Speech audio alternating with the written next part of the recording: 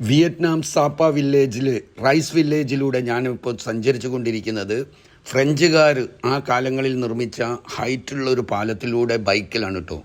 ഈ യാത്രയിൽ എനിക്കുണ്ടായ അനുഭവങ്ങളാണ് ഞാൻ നിങ്ങളെ കാണിക്കുന്നത്. കാഴ്ചകളും അനുഭവങ്ങളും ഒന്നൊന്ന് പറയാൻ തന്നെ കഴിയാത്ത രീതിയിലുള്ള അത്രയും രസകരമായ ഭംഗിയുള്ള ആശ്ചര്യമായ കാഴ്ചകളിലൂടെയാണ് നമ്മളിപ്പോൾ പോയിക്കൊണ്ടിരിക്കുന്നത്.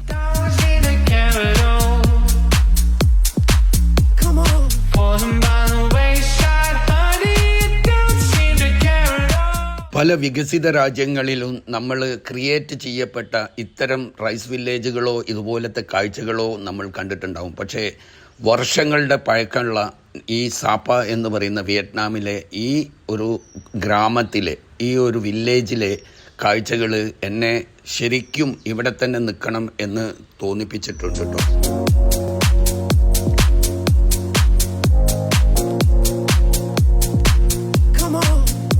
തീർച്ചയായും നിങ്ങളിത് മിസ് ചെയ്യാതിരിക്കുക. ഇത് നിങ്ങളെ ജീവിതത്തിൽ കിട്ടാവുന്ന ഏറ്റവും വലിയ സന്തോഷവും കാഴ്ചയുമായിരിക്കുമെന്ന് ഞാൻ നിങ്ങൾക്ക് ഗ്യാരണ്ടി തരികയാണ്.